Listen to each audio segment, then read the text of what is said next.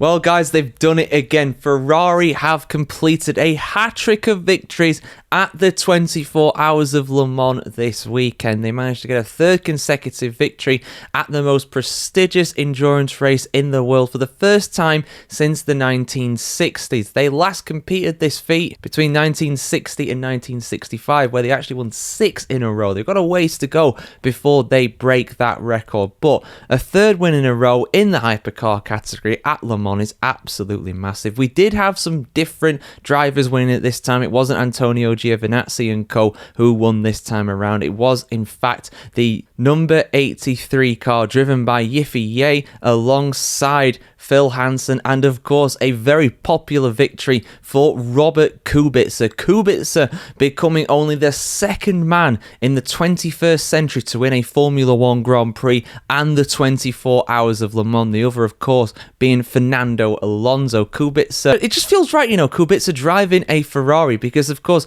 for those that know your Formula 1 history, for those that, were around during that time and following Formula 1 like I was, late 2000s, early 2010s, you'll know how much of an incredible driver Robert Kubica was. Of course, he did make that brief comeback into Formula 1, but he was never the same after so long away, after that horrific rallying injury. It made it so difficult to drive a Formula 1 car at the same pace as what he used to back over around 15 years ago. But yeah, incredible stuff for Kubica. I just want to focus on him because very popular victory for him, like I said, to see him do this. It's unbelievable stuff for him. An incredibly talented driver, finally winning one of the top events in motorsport. He's a guy that could have won Monaco as well had he stuck around in Formula 1 for long enough. And like I said, for those that know your history, he basically confirmed it a few years ago.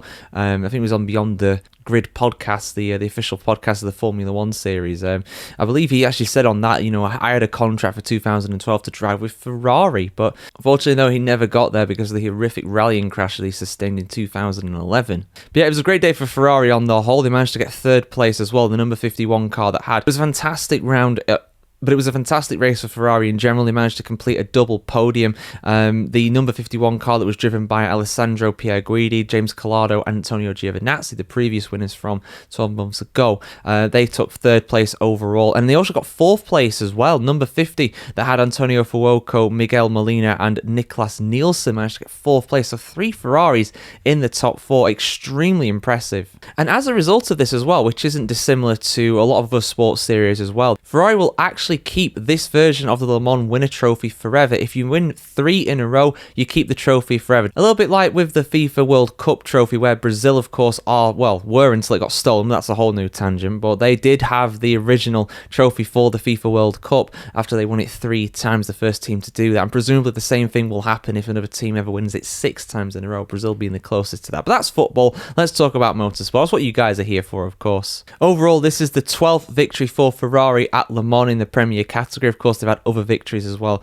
in the secondary classes over the time as well, but when it comes to the best one, the creme de la creme, as it were, the hypercars as it's known these days, they have very much been dominant in recent times around this event. If you're wondering who stopped it being a clean sweep, a complete podium for Ferrari, it was the Porsche.